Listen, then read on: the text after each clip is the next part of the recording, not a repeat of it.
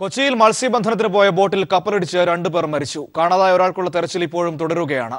പനാമയിൽ register ചെയ്ത amber എന്ന കപ്പലാണ് ബോട്ടിലിടിച്ചത്. തോപ്പുംപടിയിൽ നിന്ന് മത്സ്യബന്ധനത്തിന് പോയ ബോട്ട് കപ്പലിലിടിച്ച് പൂർണ്ണമായും തകരുകയായിരുന്നു. കൊച്ചി തീരത്ത് നിന്ന് 12 നോട്ടിക്കൽ മൈൽ അകലെയാണ് സംഭവം നടന്നത്. സാങ്കേതിക പ്രശ്നങ്ങളാൽ കപ്പൽ കരയ്ക്ക് അടുപ്പിക്കാനാവില്ലെന്ന് പോർട്ട് ട്രസ്റ്റ് അധികൃതർ പറഞ്ഞു. വിവരങ്ങളുമായി ഉമേഷ് കൊച്ചിയിൽ നിന്നും. ഉമേഷ്, വിശദാംശങ്ങൾ. മനു, ഇന്ന് പുലർച്ചെയാണ് അപകടമുണ്ടായിട്ടുള്ളത്.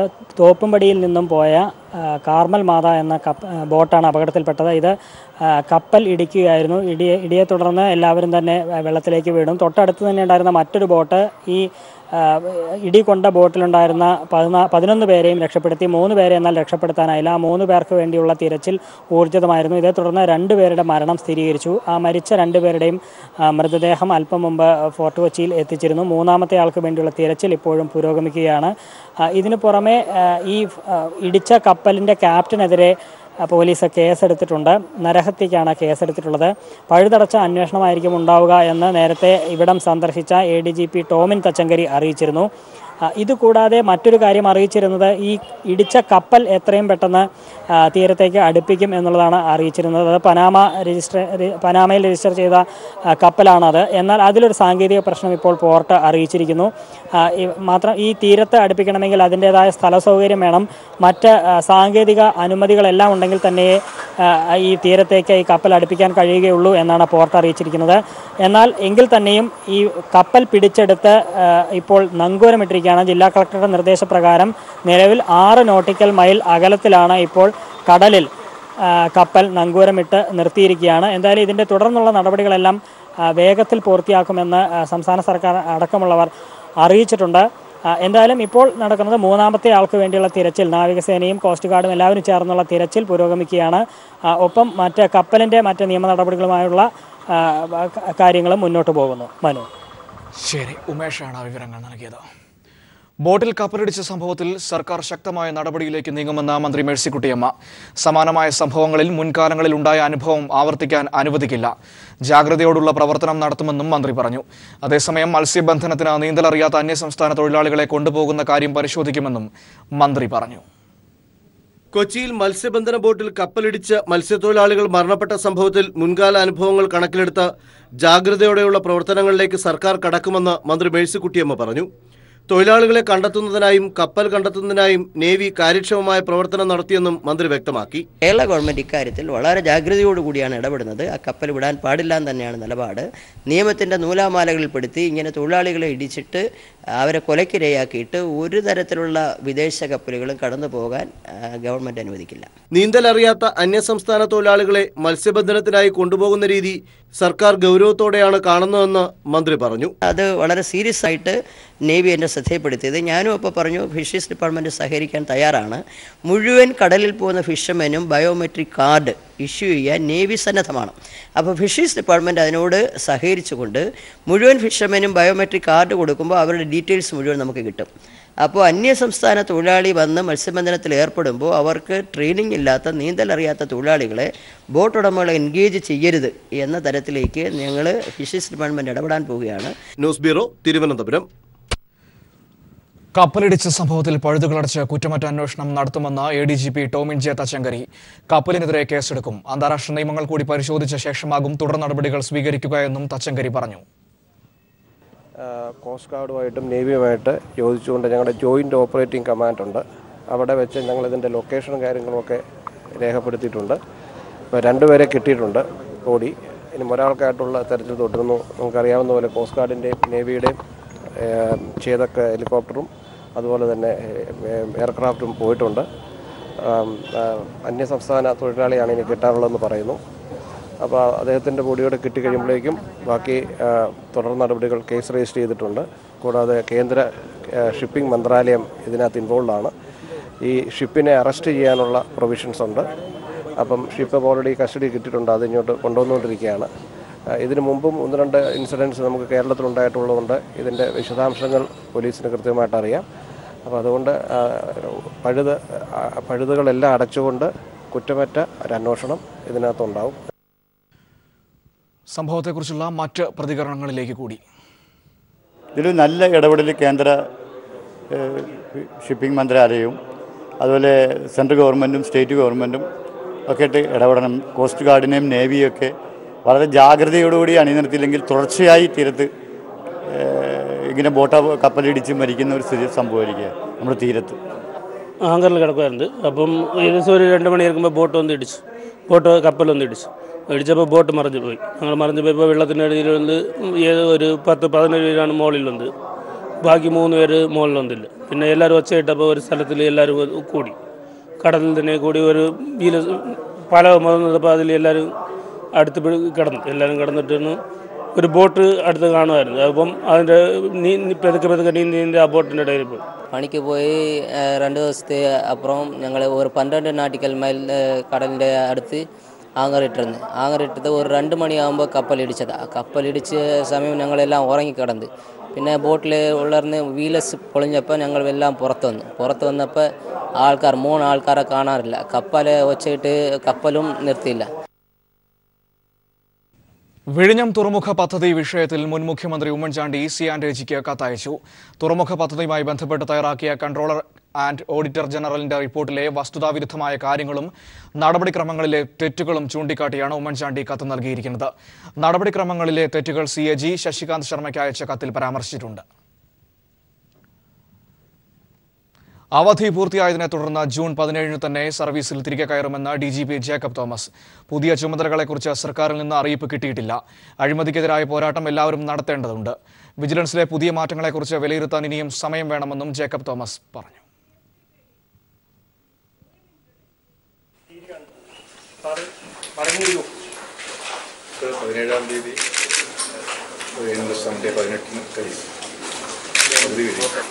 സർവീസിൽ കയറി കഴിഞ്ഞാൽ എന്തെങ്കിലുമൊക്കെ ചുമതലകൾ ഇടയ്ക്കിടയ്ക്ക് കിട്ടിക്കൊണ്ടിരിക്കുമല്ലോ. ഞാനിപ്പോൾ ലീവിലല്ലേ, ലീവ് കഴിഞ്ഞ് ഞാൻ ജോയിൻ ചെയ്യും അടുത്ത ആഴ്ച. GST കൗൺസിൽ യോഗം ദില്ലിയിൽ ആരംഭിച്ചു. ജൂലൈ 1 മുതൽ ചരക്ക് സേവന നികുതി നടപ്പാക്കുന്നത് സംസ്ഥാനം എതിർക്കില്ല. അതേസമയം ലോട്ടറിക്ക് നികുതി 28% വർദ്ധിപ്പിക്കണമെന്ന് സംസ്ഥാനം ചൂണ്ടിക്കാട്ടും. സ്ഥിതിഗതിക്കാത്ത റെസ്റ്റോറന്റുകളെ നികുതി നിരക്കിൽ നിന്ന് ഒഴിവാക്കണമെന്നും കയർ, കശുവണ്ടി, പ്ലൈവുഡ് മേഖലകളിൽ നികുതി കുറയ്ക്കണമെന്നും കേരളം ആവശ്യപ്പെടുമെന്നും മന്ത്രി തോമസ് ഐസക് ദില്ലിയിൽ പറഞ്ഞു. ഇതുവരെ നിശ്ചയിച്ച നിരക്ക് സംബന്ധിച്ച് കേരളം അടക്കമുള്ള പല സംസ്ഥാനങ്ങളും അപ്പീലുകൾ നൽകിയിട്ടുണ്ട്. അവയെല്ലാം പരിഗണിച്ച് തീരുമാനിക്കും. കേരളത്തെ സംബന്ധിച്ചുള്ള ഏറ്റവും പ്രധാനപ്പെട്ടത് ഇന്നാണ് ലോട്ടറി നികുതി പരിഗണനയ്ക്ക് വരുന്നത്. ലോട്ടറി മേലെ ഏറ്റവും ഉയർന്ന നികുതി ചുമത്തണമെന്നുള്ള നിലപാടാണ് കേരളം സ്വീകരിച്ചിട്ടുള്ളത്. മനു ശങ്കർ ദില്ലിയിൽ നിന്ന് ചേരുന്നുണ്ട് വിശദാംശങ്ങൾ നൽകാനായി. മനു, ലോട്ടറിയുടെ നികുതി 28% മറ്റൊന്ന് AC ഇല്ലാത്ത റെസ്റ്റോറന്റുകൾ, കശുവണ്ടി, കയർ മേഖലകളെ ഒഴിവാക്കുക തുടങ്ങിയ ആവശ്യങ്ങളാണ് ഇന്ന് കേരളം പ്രധാനമായും ഉന്നയിക്കുക. ഈ GST കൗൺസിലിൽ പലപ്പോഴും കേരളത്തിന്റെ പല ആവശ്യങ്ങളും, ഒരുപക്ഷെ കേരളമാണ് അതിൽ മുന്നിൽ നിന്ന് നയിച്ചതെന്ന് പറഞ്ഞാൽ അത് അതിശയോക്തിയാവില്ല. പല ആവശ്യങ്ങൾക്ക് വലിയ പിന്തുണയാണ് മറ്റു സംസ്ഥാനങ്ങളിൽ നിന്ന് ലഭിച്ചതും പല ഭേദഗതികളും അങ്ങനെ അംഗീകരിക്കേണ്ടിയും വന്നു കേന്ദ്ര സർക്കാരിന്. ഇന്നും കേരളത്തിന് അതുപോലൊരു പിന്തുണയാണോ ലഭിക്കുന്നത്? തീർച്ചയായും അതാണ് പ്രതീക്ഷിക്കുന്നത്. പ്രധാനമായും ഇന്നത്തെ GST കൗൺസിൽ യോഗത്തിൽ ഏറ്റവും ശ്രദ്ധേയമായി കേരളം ഉറ്റുനോക്കുന്നത് ലോട്ടറി നികുതി സംബന്ധിച്ചുള്ള കാര്യത്തിൽ എന്ത് തീരുമാനത്തിൽ GST കൗൺസിൽ യോഗം ഇന്ന് എത്തിച്ചേരുമെന്നതാണ്. ലോട്ടറിക്ക് കുറഞ്ഞ നികുതി ഈടാക്കാമെന്നൊരു നിഗമനത്തിലാണ് കേന്ദ്ര സർക്കാർ ഉള്ളത്. പക്ഷേ ഇതിനെ സംസ്ഥാനം എതിർത്തിരുന്നു. കേരളമാണ് ഏറ്റവും ശക്തമായി ഇക്കാര്യത്തിൽ എതിർക്കുകയും ലോട്ടറിക്കുള്ള നികുതി 28% വർദ്ധിപ്പിക്കണമെന്ന് ആവശ്യപ്പെടുകയും ചെയ്തത്. 28% എന്നത് ഒരു 25%-നടുത്തെങ്കിലും ആക്കി നികുതി ഘടന പുനർനിശ്ചയിക്കുക എന്നൊരു തീരുമാനത്തിലാണ് കേരളം മുന്നോട്ട് വയ്ക്കുക. ഇതിൽ ഒരു അന്തിമ തീരുമാനം ഇന്നത്തെ GST കൗൺസിൽ യോഗത്തിൽ ഉണ്ടാകുമെന്നാണ് പ്രതീക്ഷിക്കുന്നത്. ഇതോടൊപ്പം മറ്റു കയർ, കശുവണ്ടി, പ്ലൈവുഡ് അടക്കമുള്ള ചെറുകിട സംരംഭങ്ങൾക്കെല്ലാം നികുതിയിൽ കുറവുണ്ടാക്കണം എന്നൊരു നിർദ്ദേശം കൂടി കേരളം മുന്നോട്ട് വച്ചിട്ടുണ്ട്. കഴിഞ്ഞ GST കൗൺസിൽ യോഗത്തിലും ഇതേ ആവശ്യം സർക്കാർ മുന്നോട്ട് വച്ചിരുന്നതാണ്. പക്ഷേ ഇതിലൊരു സമവായത്തിൽ എത്തിയിരുന്നില്ല. ഈ ഒരു സാഹചര്യത്തിലാണ് കയർ, കശുവണ്ടി, അതോടൊപ്പം പ്ലൈവുഡ് മേഖലകളെ നികുതിയിൽ നിന്ന് ഒഴിവാക്കുകയോ നികുതി കുറയ്ക്കുകയോ ചെയ്യണം എന്നൊരു ആവശ്യം സംസ്ഥാന സർക്കാർ ഉന്നയിച്ചിരിക്കുന്നത്. കഴിഞ്ഞ തവണത്തെ GST കൗൺസിൽ യോഗത്തിൽ സ്വർണത്തിന് നികുതി 3% വർദ്ധിപ്പിക്കാമെന്ന തീരുമാനത്തിലെത്തിയിരുന്നു. നേരത്തെ സ്വർണത്തിന് നികുതി കുറഞ്ഞ നിരക്കിൽ ഈടാക്കാമെന്ന തീരുമാനത്തിലാണ് കേന്ദ്രം ഉണ്ടായിരുന്നതെങ്കിലും കേരളം ഈ ആവശ്യം ശക്തിപ്പെടുത്തുകയും മറ്റ് സംസ്ഥാനങ്ങൾ ഇതിനെ പിന്തുണ നൽകുകയും ചെയ്തതോടുകൂടിയാണ് സ്വർണത്തിന് 3% ശരി മനുവാണ് ദില്ലിയിൽ നിന്ന് വിശദാംശങ്ങൾ നൽകിക്കൊണ്ടിരിക്കുന്നത്. GST കൗൺസിൽ യോഗം ദില്ലിയിൽ പുരോഗമിക്കുകയാണ്. ഇന്ന് ലോട്ടറി, കേരളം പ്രധാനമായും കേരളത്തിന്റെ ആവശ്യങ്ങൾ ലോട്ടറി വിഷയം, മറ്റൊന്ന് കയർ, കശുവണ്ടി മേഖലകളിലെ നികുതിയുടെ പ്രശ്നം തുടങ്ങിയ കാര്യങ്ങൾ ഉന്നയിക്കും. മറ്റ് സംസ്ഥാനങ്ങളുടെ പിന്തുണ ലഭിക്കുമെന്ന പ്രതീക്ഷയിൽ തന്നെയാണ് കേരളത്തിലേക്ക്. ഫസൽ വധക്കേസുമായി ബന്ധപ്പെട്ട പുതിയ മൊഴികളുടെ അടിസ്ഥാനത്തിൽ CBI തുടരന്വേഷണം നടത്തണമെന്ന് P. ജയരാജൻ. മൊഴി പുറത്തു വന്ന ശേഷം സുബീഷ് പറഞ്ഞതെല്ലാം കള്ളത്തരം. സുബീഷിന്റെ ശബ്ദ പരിശോധന നടത്തണമെന്നും ജയരാജൻ പറഞ്ഞു. കാരായി രാജൻ ഉൾപ്പെടെയുള്ള CPM നേതാക്കൾ പ്രതികളായിട്ടുള്ളത് ജനങ്ങളുടെ കോടതിയിൽ തൻ്റെ നിരപരാധിത്വം പറഞ്ഞിട്ടുണ്ട്. അതിൻ്റെ അടിസ്ഥാനത്തിൽ അവർ ജനപ്രതിനിധികളായി തിരഞ്ഞെടുക്കപ്പെട്ടു. അപ്പോൾ അവരുടെ നിരപരാധിത്വം തെളിയിക്കാനുള്ള സമീപനം കോടതിയുടെ ഭാഗത്ത് ഉണ്ടാകും എന്നാണ് പ്രതീക്ഷിക്കുന്നത്. തുടരന്വേഷണം നടത്തണം.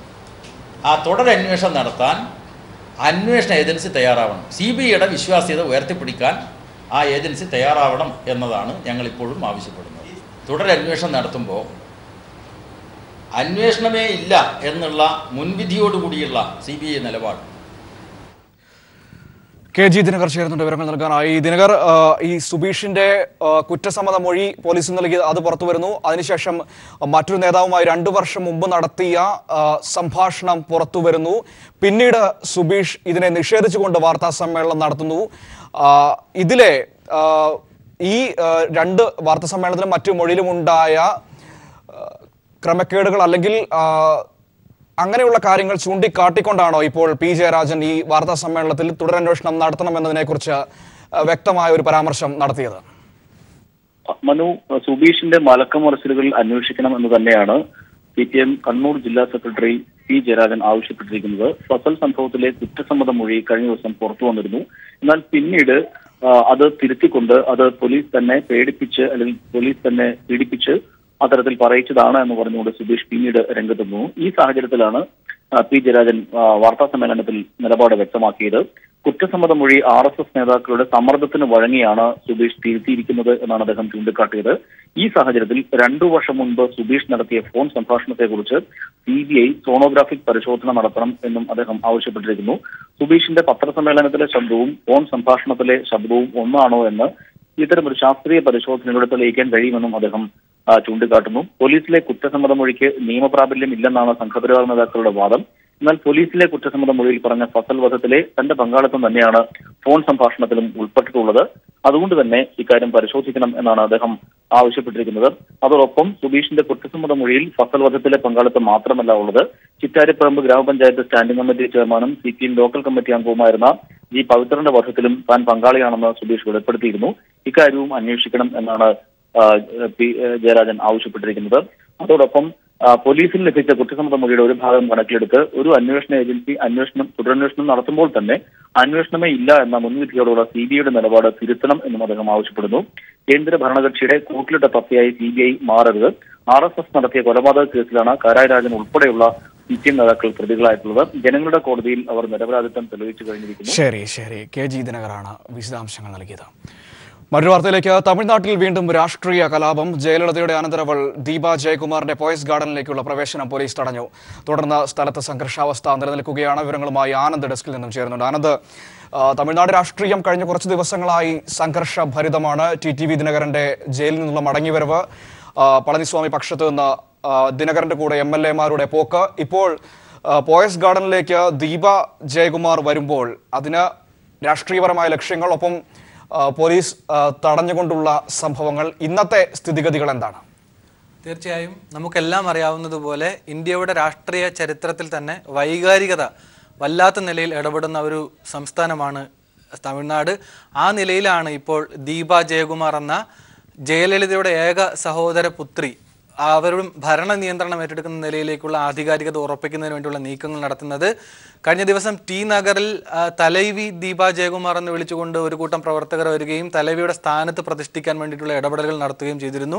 അതിന് സമാനമായി ജയലളിതയുടെ വേഷവിധാനങ്ങൾ പോലെ ചുവന്ന സാരി, വലിയ വട്ടപ്പൊട്ടോ ഒക്കെ വച്ചുകൊണ്ട് ജനമധ്യത്തിൽ പ്രത്യക്ഷപ്പെടുന്ന നിലയിലേക്ക് ആകെ ഒരു മാറ്റം ദീപ ജയകുമാർ പ്രകടിപ്പിക്കുന്നതായി ഉള്ള സാഹചര്യങ്ങളുണ്ടായി. അതിനുശേഷമാണ് ഇന്ന് ജയലളിതയുടെ മരണശേഷം ജയലളിതയുടെ സ്മാരക മന്ദിരമായി കൂടി പ്രഖ്യാപിക്കപ്പെട്ട പോയസ് ഗാർഡനിലേക്ക് ദീപ ജയകുമാർ എത്തുന്നത്. ഇവിടെ വലിയ സംഘർഷം, വി കെ ശശികലയുടെയും ഉൾപ്പെടെയുള്ള രാഷ്ട്രീയ നേതാക്കളുടെ പിന്നണി പ്രവർത്തകരാണ് ഈ സംഘർഷം സൃഷ്ടിക്കുന്നത്. ഏറ്റവും ഒടുവിൽ ഇതിൻ്റെയൊക്കെ ഭാഗമായി വലിയ സംഘർഷത്തിലേക്ക് പോകാതെ ഈ പ്രവേശനം തടയുക എന്ന നിഗമനത്തിലേക്ക് പോലീസിന് എത്തിച്ചേരേണ്ട സാഹചര്യമാണ് നിലവിൽ ഉണ്ടായിട്ടുള്ളത്. ഏതായാലും വലിയ അർത്ഥത്തിലുള്ള പിളർപ്പുകൾ നേരത്തെ സൂചിപ്പിച്ചതുപോലെ തന്നെ വലിയ അർത്ഥത്തിലുള്ള പിളർപ്പുകളിലേക്ക് ഇത് പോകാൻ സാധ്യതയുണ്ട്. പനീർശെൽവവും അതുപോലെ തന്നെ എടപ്പാടി പളനിസ്വാമിയും ഉൾപ്പെടെയുള്ള ആളുകൾ, ഇപ്പോൾ വി കെ ശശികലയും ജാമ്യത്തിൽ പരോൾ അനുവദിക്കപ്പെട്ട് പുറത്താണ്. ഈ നിലയിൽ ദീപ ജയകുമാർ ഏക അനന്തരാവകാശിയാണെന്നും രക്തബന്ധം ആരോപിച്ചുകൊണ്ട്, അല്ലാതെ മുന്നോട്ട് വെച്ചുകൊണ്ട് അവരും ഇതിന്റെ പ്രധാന പിൻഗാമിയായി ഞാൻ മാത്രമാണെന്ന് പ്രഖ്യാപിക്കുന്ന നിലയിലേക്ക് ജയലളിതയെ അനുകരിച്ചുകൊണ്ട് തമിഴ്നാട് രാഷ്ട്രീയത്തിലേക്ക് വരാനുള്ള ശ്രമമാണ് നടക്കുന്നത്. ശരി, ആനന്ദാണ് വിശദാംശങ്ങൾ നൽകിയത്. ദീപ ജയകുമാർ പോയസ് ഗാർഡനിലേക്ക് എത്തി, പക്ഷേ അവരെ അവിടെ പോലീസ് തടഞ്ഞു. ജയലളിതയുടെ ആ ഒരു രൂപഭാവത്തോടെ തമിഴർക്ക് ജയലളിത എന്ന വൈകാരികപരമായ സത്യത്തെ കൂട്ടുപിടിച്ച് തന്നെയാണ് ദീപയുടെയും മുന്നോട്ടുള്ള പോക്കെന്നാണ് മനസ്സിലാക്കാൻ കഴിയുന്നത്. മധ്യപ്രദേശിൽ കർഷക പ്രക്ഷോഭം 10 ദിവസം പിന്നിടുന്നതിനിടെ മുഖ്യമന്ത്രി ശിവരാജ് സിംഗ് ചൗഹാന്റെ അനിശ്ചിതകാല നിരാഹാര സമരം 2ാം ദിവസത്തിലേക്ക് കടന്നു. കർഷകരെ മുൻനിർത്തി കോൺഗ്രസ് സംസ്ഥാനത്തെ ക്രമസമാധാനം തകർക്കുന്നുവെന്ന് ആരോപിച്ചാണ് മുഖ്യമന്ത്രിയുടെ നിരാഹാര സമരം. അതേസമയം പോലീസ് വെടിവെപ്പിൽ കർഷകർ മരിച്ച സംഭവം CBI അന്വേഷിക്കണമെന്നാവശ്യപ്പെട്ട് യുപിയിലും കർഷക പ്രക്ഷോഭം ശക്തമാവുകയാണ്. 6 കർഷകരെ വെടിവെച്ചു കൊന്ന മധ്യപ്രദേശ് സർക്കാർ നടപടിക്കെതിരെ രാജ്യവ്യാപക പ്രതിഷേധമുയരുകയും കർഷക പ്രക്ഷോഭം 10ാം ദിവസത്തിലേക്ക് പിന്നിടുകയും ചെയ്യുന്ന സാഹചര്യത്തിലാണ് മുഖ്യമന്ത്രി ശിവരാജ് സിംഗ് ചൗഹാന്റെ അനിശ്ചിതകാല നിരാഹാര സമരം തുടരുന്നത്. സംസ്ഥാന തലസ്ഥാനമായ ഭോപ്പാലിലെ ദസറ മൈതാനത്താണ് മുഖ്യമന്ത്രി ശിവരാജ് സിംഗ് ചൗഹാന്റെ അനിശ്ചിതകാല നിരാഹാര സമരം. സംസ്ഥാനത്ത് സമാധാനം പുനഃസ്ഥാപിക്കുന്നതുവരെ നിരാഹാര സമരം തുടരുമെന്നാണ് കഴിഞ്ഞ ദിവസം ശിവരാജ് സിംഗ് ചൗഹാൻ പ്രഖ്യാപിച്ചത്. കർഷകരെ മുൻനിർത്തി കോൺഗ്രസ് സംസ്ഥാനത്തെ ക്രമസമാധാന നില തകർക്കുന്നുവെന്നാണ് BJPയുടെ ആരോപണം. കഴിഞ്ഞ ദിവസം BJP അനുകൂല കർഷക സംഘടനയായ ഭാരതീയ കിസാൻ സംഘുമായി മാത്രം സർക്കാർ ചർച്ച നടത്തുകയും ചെയ്തു. ഇതിനിടയിൽ പലിശരഹിത വായ്പകൾ എഴുതിത്തള്ളാനാകില്ലെന്ന് സംസ്ഥാന കാർഷിക മന്ത്രി വ്യക്തമാക്കുകയും ചെയ്തു. മൻസോറിൽ പൊട്ടിപ്പുറപ്പെട്ട പ്രക്ഷോഭം മറ്റു ജില്ലകളിലേക്ക് കൂടി വ്യാപിച്ച സാഹചര്യത്തിലാണ് മുഖ്യമന്ത്രി ശിവരാജ് സിംഗ് ചൗഹാന്റെ നിരാഹാര തന്ത്രം. കർഷകർക്ക് നേരെ പോലീസ് നടത്തിയ വെടിവയ്പിൽ CBI അന്വേഷണം വേണമെന്നാവശ്യപ്പെട്ട് കർഷകർ നടത്തുന്ന പ്രതിഷേധവും വൻ പ്രക്ഷോഭത്തിലേക്ക് വഴിമാറി. പച്ചക്കറിയുമായി പോകുന്ന പല വാഹനങ്ങളും ഉത്തർപ്രദേശിൽ കർഷകർ തടഞ്ഞു. സംസ്ഥാന പാതകൾ ഉപരോധിച്ചു. കഴിഞ്ഞ ദിവസം ആം ആദ്മി നേതാക്കൾ പ്രക്ഷോഭത്തിന് നേതൃത്വം നൽകുന്ന കർഷകരെ സന്ദർശിക്കാൻ ശ്രമിച്ചെങ്കിലും പോലീസ് തടഞ്ഞിരുന്നു. News bureau, Delhi. ജോസ് ലൂക്കാസ് പ്രോപ്പർട്ടീസിന്റെ തിരുവനന്തപുരത്തെ ആദ്യ പ്രോജക്റ്റിന് തുടക്കം കുറിച്ചു. ഗോൾഡൻ ആർക്ക് എന്ന് പേരിട്ടിരിക്കുന്ന അപ്പാർട്ട്മെന്റിന്റെ ഉദ്ഘാടനം K. മുരളീധരൻ MLA നിർവഹിച്ചു. Jose Lukas group chairman Jose Luka, managing director Jona Luka തുടങ്ങിയവർ പങ്കെടുത്തു.